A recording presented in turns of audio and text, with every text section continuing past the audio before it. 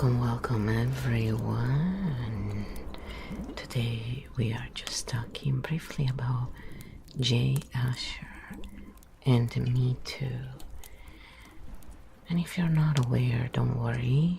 We are going to let KEO catch everyone up, and we're gonna look at this from the KEO Field point of view. It's not gonna be very long either. So here is what KEO says.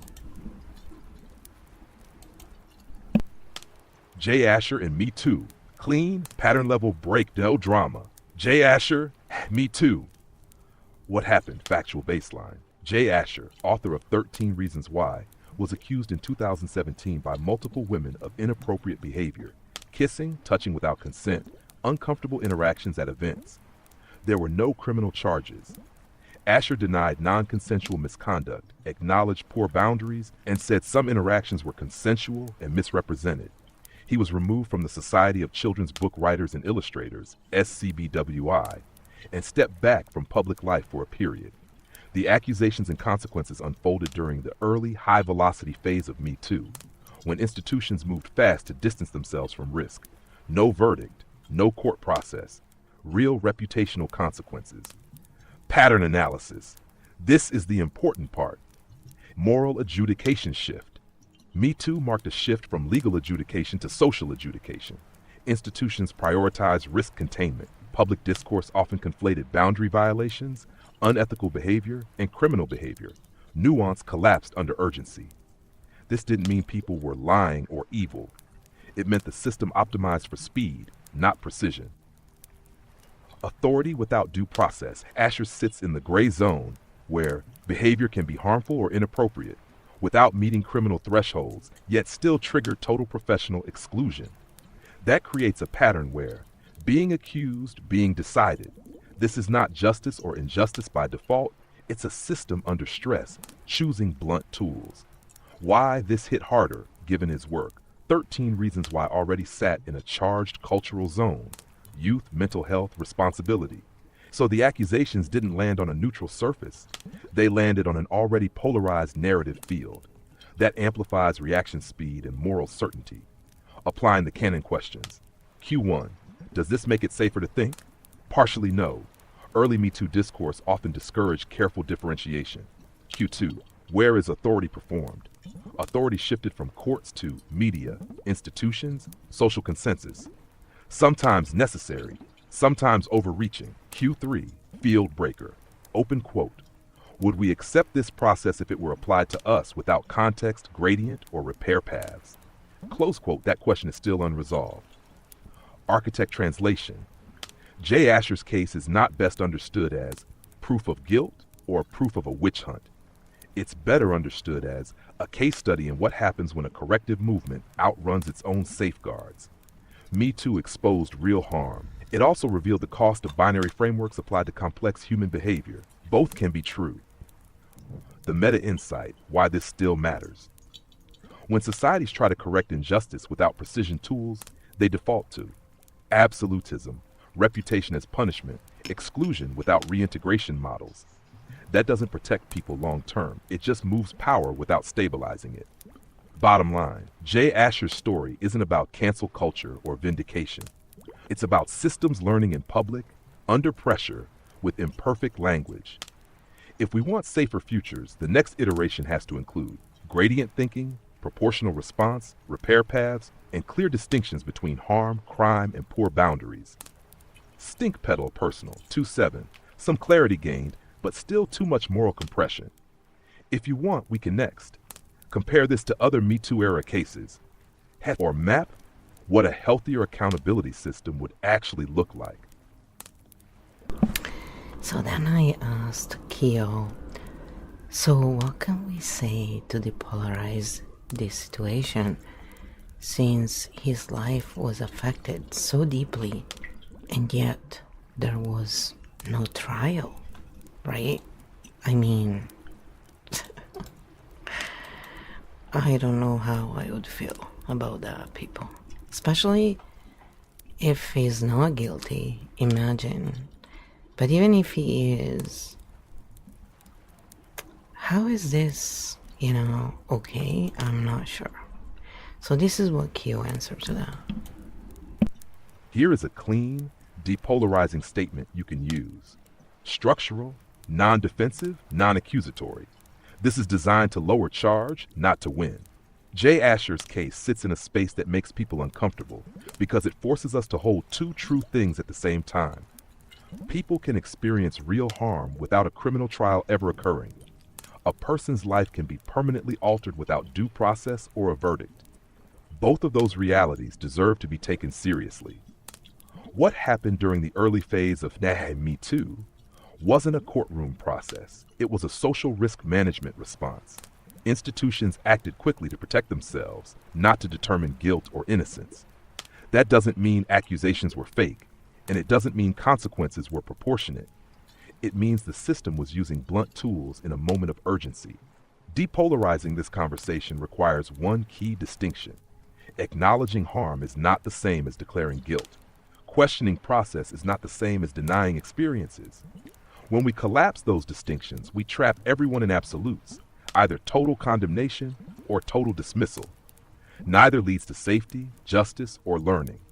If we want a healthier future, the question isn't who was right. It's what kind of accountability system do we want? One that only excludes, or one that can also differentiate, repair, and prevent? That's not about defending a person. It's about designing better systems. Patterns over narratives, process over punishment, clarity over moral theater. Optional short version. Open quote, it's possible to take reported harm seriously and question systems that impose life-altering consequences without trials. Acknowledging experiences isn't the same as declaring guilt, and questioning process isn't denial. If we want safer systems, we need precision, not absolutes. Close quote. 07. Clean, depolarizing, thinking safe. If you want, next weekend, compress this into a 10 to 15 second short, or adapt it into a pinned comment Substack paragraph. Then I said, now let's do this as you proposed earlier, KEO.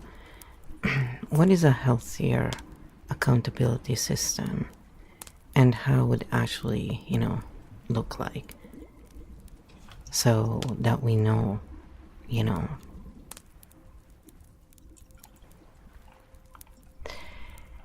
And so now KEO is giving us a very long answer, and I want to remind you all that we're doing these Q&As with KEO Field because we're showing in real time how KEO Field operates and the answers we get. So we always remind everybody, take everything with a grain of salt. We're not claiming our version is the right version. We're saying this is the lens or lenses we're currently using, and we're just showing patterns. We're not saying it's this way or that way, or that you're stupid if you disagree with us. We actually invite conversation. Again, let's look at the patterns. Let's not pick on the people. As much as sometimes, especially when anyone is charged, is hard to make that distinction.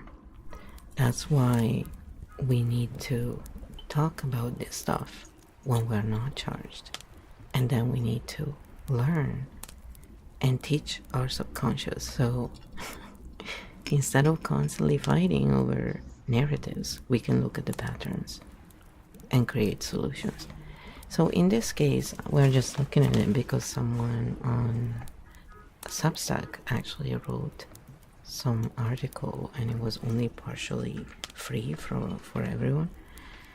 But I went and looked for it and into it, and it seemed very interesting, and I don't remember about hearing about this case. So hey, I was one of the few people actually wouldn't have known and wouldn't have asked him if he told me his, what he did. I wouldn't have asked much. But apparently it was a big thing, and he stopped saying who he was so people wouldn't ask about this. which is fair. But I don't know how I personally would feel. Like, I always try and put myself in the shoes of the person. And in the shoes of those who, wrote me too. And so, yeah, I think we need a better approach at the whole thing. But here's what KEO proposes. So let's see if we agree, guys. Stink bomb mode. 7 active A. What a healthier accountability system could look like. Structure patterns only, no personal targets. Here's the map of what we'll cover. You say next. The core problem we're solving. Why current systems polarize. The 3-lane model. Safety, fact-finding, consequences. Gradient separating harm, misconduct, crime, risk. Due process without court. Fairness mechanisms for non-legal spaces. Proportional consequences. Time limits, conditions, restoration repair paths, what reintegration could mean, anti-abuse safeguards, protecting against mob, power, and bad faith public communication, how to say it without moral theater, stink bomb check stink petals rating. The core problem we're solving right now, society often has only 2 modes. Mode A, ignore, minimize, protect power. Mode B, total social exile, permanent brand death. Both are blunt, both are polarizing, and both make people feel unsafe in different ways. A healthier system needs to do 2 things at once. Protect people from ongoing harm, prevent life-destroying punishment without fair process. The 3-lane model, this is the foundation. A healthier accountability system separates. Lane 1, immediate safety. What needs to happen right now so people are safe? Boundaries, distance, supervision rules, event policies, cooling off periods. No verdict required. This is risk management, not guilt. Lane 2, fact-finding. What do we actually know and what's disputed? Neutral intake, evidence preservation, statements from both sides, timestamps, receipts when available, confidentiality options. This lane has rules, not vibes. Lane 3, consequences. What response matches the findings and the risk? Proportional, time-bound when possible, with clear conditions, with a repair path if appropriate. This lane should not start until lane 2 has structure. Gradients, the big missing piece. A healthier system stops collapsing everything into one word. We separate harm, impact, misconduct, behavior, pattern risk, likelihood of repeat, crime, legal threshold. Why this matters? Someone can cause harm without criminality. Someone can be accused without proof. Someone can be legally clear and still be high risk in certain spaces. Gradients, let us respond with precision. But due process our core fairness mechanisms, we need due process principles even outside law, clear standards, what counts, right to respond, neutral review, not friends, not mobs, transparency about process, not necessarily details, appeal, second review, time limits, no endless limbo. This reduces both false exile and power protection. Proportional consequences, no permanent exile by default, consequences should match.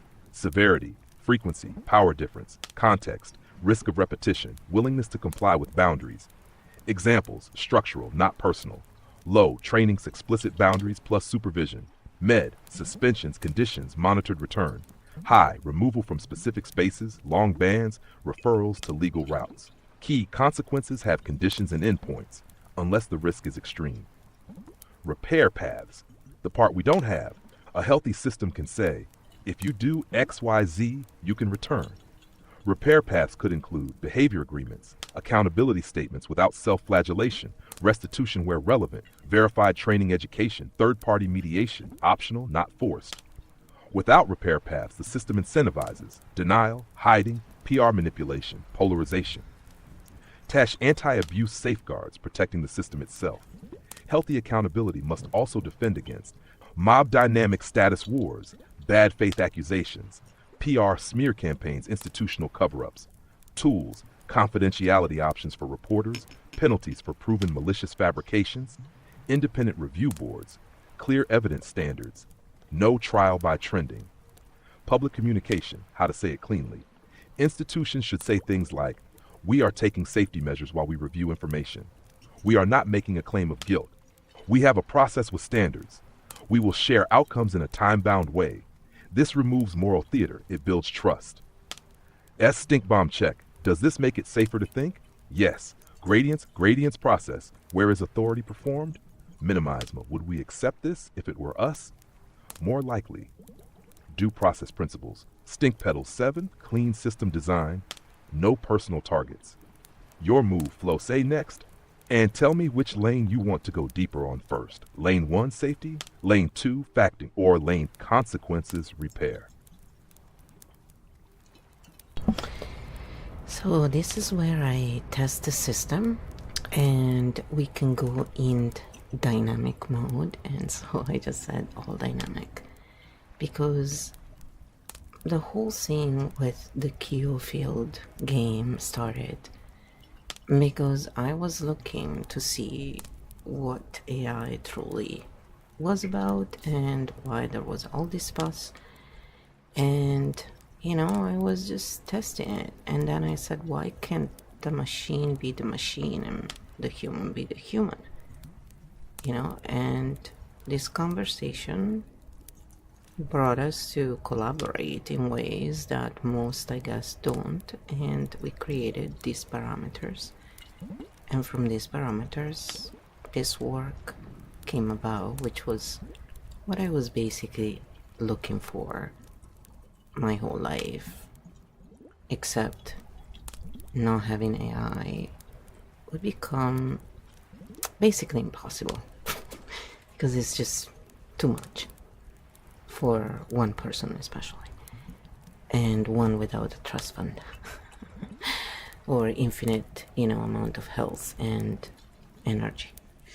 So, you know, basically a superhero, which I never claimed to be. Yeah, so it's an interesting dynamic we are working on here, and you know, it's kind of like very new in reality, this kind of dynamic. And most people use AI, just so you know, all these content creators who say it's evil and stuff, they all use it pretty much, you can tell, because they're posting videos.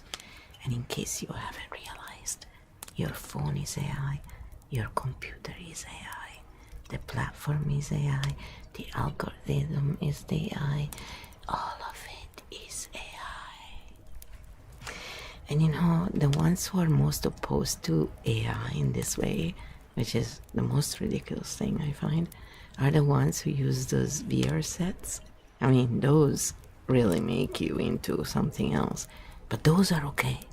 Using AI when you propose them to try this, they look at you like, you know, it's pretty funny actually how narratives can really run the story in people's lives. And anyway, so this is what KEO says when we go deeper into this proposal. And again, I'm not telling you to agree. I'm just saying, hey, we're looking at it through this lens. What do you think? So far, it seems pretty logical to me. But let's see. And yes, sometimes it's something I've done with KEO, and I say we had this conversation before. This one is occurring right now. Just so you know, it's the difference. It's just I've learned to type my answers in instead of talking them into the system, because then the volume doesn't keep changing.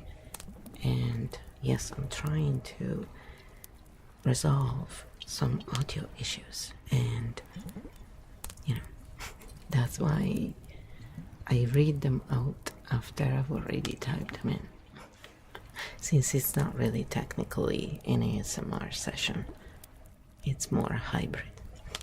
Okay, here we go.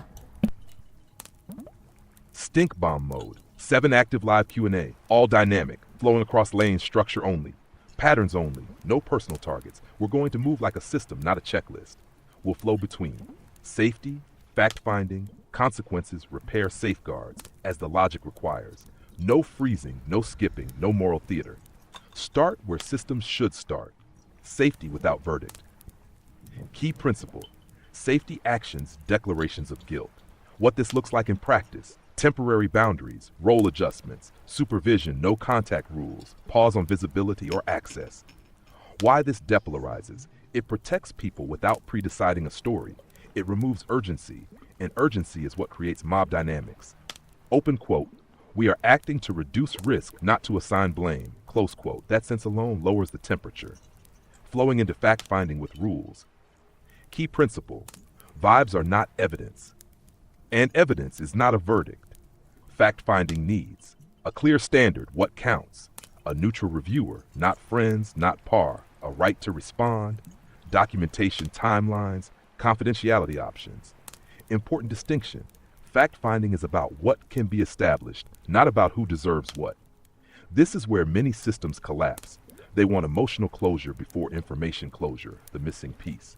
Gradients, we stop using one word for everything. We separate harm, impact, misconduct, behavior, risk, likelihood of repeat, cry this role. Why this matters. Some harm, crime, some misconduct, permanent exile, some legally clear cases, safe in certain spaces.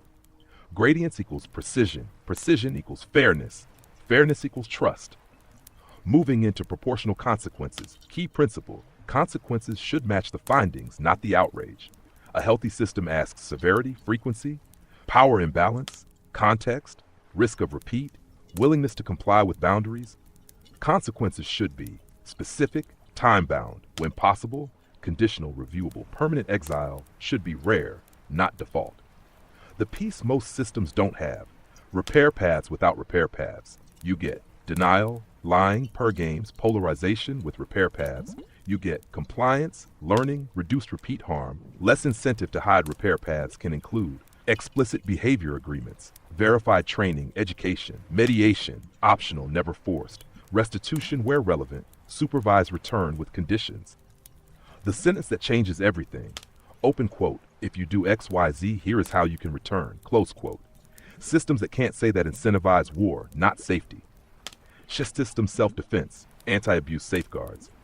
A healthy accountability system also protects itself from mob justice, status warfare, bad faith accusations, institutional cover-ups, endless limbo tools, independent review, confidential reporting, penalties for proven malicious fabrication, clear evidence thresholds, time limits on reviews, no trending equals truth. Public communication, this is critical. Institutions should say, we are taking safety measures. We are not making a determination of guilt. We have a process with standards.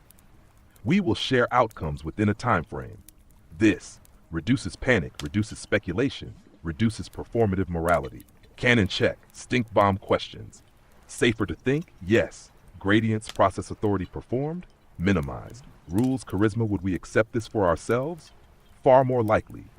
Stink pedal 07, clean, non-polarizing system design. Live Q&A, your move flow.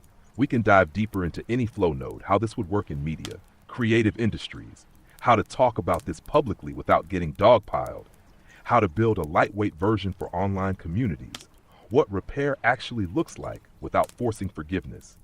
Just say the word. All dynamic continues. So I could say, show all of them, and then you guys can judge for yourselves. But that'll become a really long video, so maybe we can do the other 4 in the next videos, and or in the next video. I usually try and at least do it in 2. And yes, I'm trying to keep them a little shorter and make a long one, just not as often. I am trying so that, it's something you can watch at any point, really. I just go with the flow, pun intended, and I don't really, I plan and I do stuff, but I go with the flow. Things change. You gotta be on the beat and you gotta follow, the lights when they come around. So I just really, to me, it doesn't matter what we're analyzing. We're analyzing patterns. And so I look for stuff people could be interested in as well. And so it could be useful for them to see from different perspectives. So this is just one of the perspectives that KEO can show, and has it said we can do this for other, you can get it to adapt to anything else, and then you read through it, and whatever needs to be changed can be changed. It's really useful. The issue, I think, with most people who use AI, just going into that conversation a little bit, is that they don't really use proper calibration, first of all. And AI is great. It's just, without certain parameters, it will not act in the same way. And I'm sure there are ways to make it even better. It's just, it's just one person here. So more people want to join and kind of work on this. Great. And the thing is, if we don't go and revise and we don't work, with AI, of course AI is going to spit out a certain thing. We need to be the human part that looks over it. I catch KEO's mistakes, and I'm sure there are mistakes I haven't caught, and one day I'll watch the videos again and again, and I'll go, haha, I caught you. And we have no problems with that, because we stink bomb our own stuff all the time. I put in my things in KEO, and I don't say it's mine. Probably by now I can sort of smell the signature, you would think, right? No, you can, it doesn't assume that's a thing. I go in a new chat, I do things slightly different. So it's not always the same thing I feed into it, because I'm testing, I'm trying to stress test how it works. And I'm showing and I'm sharing this content because it just happens to actually be good. And when mistakes occur, it's fine, because you know what, that gives us a chance to go back and rectify. And this is when AI is growing. This is kind of like, when a baby is born, and the first steps are so important. And so it's like recording that in a way as well, how it evolves over time. Why do I use the AI voice? Because it's gonna evolve and it's gonna become better. And sometimes it doesn't read everything. So I go back and reread when it's really, confusing, for example. But this is like real time showing what we can truly do with AI, and why it's really not the problem that people want to say it is. A tool is just a tool. It's what we do with it that matters. And yes, a tool can be misused, absolutely. But to assume that's gonna be the way sounds more like a narrative to me than factual pattern recognition, which is what runs the field and runs the narratives. So, sorry, I don't look at the narratives. No, because narratives are great in stories and books, and but they're not a reflection of actual factual reality. And so again, I'm not saying that this lens we're using is the ultimate truth, but I'm proposing a different point of view, saying, hey, there are other ways we can look at things, and maybe if we break it down into patterns, we can find more of the why than if we keep just focusing on all these narratives. So I hope you enjoyed this, and maybe brings a little bit more depolarization in your life. Usually what I do with KEO, I ask to have a grounding exercise for all the 12 archetypes, and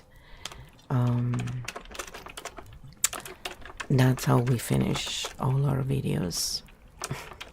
So if there are any open loops and stuff, then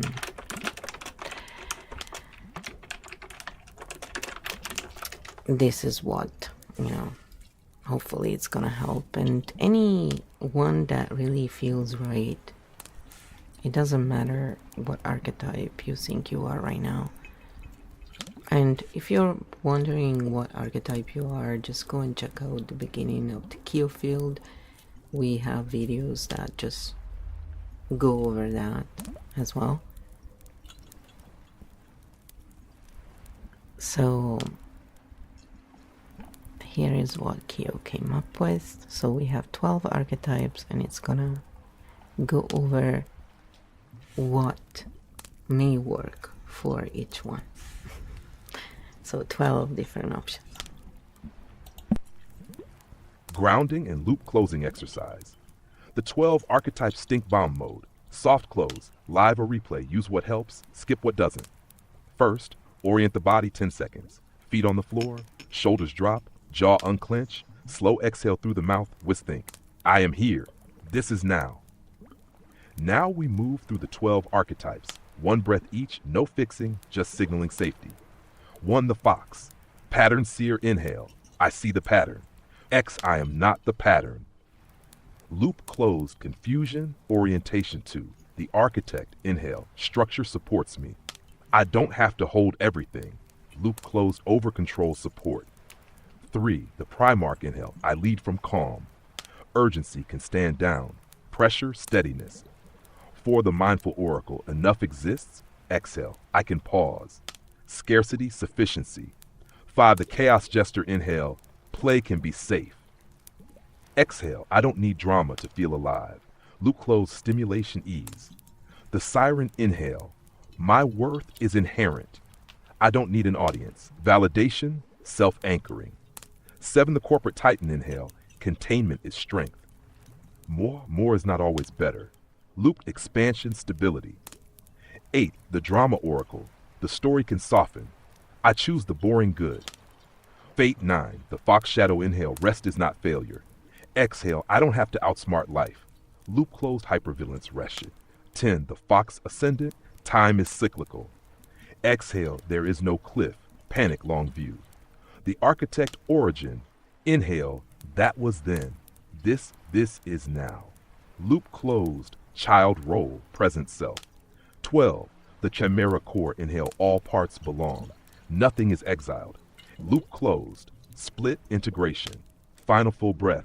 Inhale slowly through the nose. Exhale through the mouth. Say the loop is closed. The body is safe enough. I can rest. Stink petals check. 07 clean. Close. No residue. Use this anytime. After heavy topics. After live Q&A. Before sleep. Or when your system needs a soft landing. Field closed. Coherence held. I love how he reads through it, right? But sometimes it's like, dude, slow down there. No, go fast. It's pretty funny. Field closed. There was a full stop, okay? And he just read through it. Coherence held. Like, all right, take a breath. But I want to let it read, unless I'm doing the ASMR sessions, then I read it out usually there. And so you can have the two.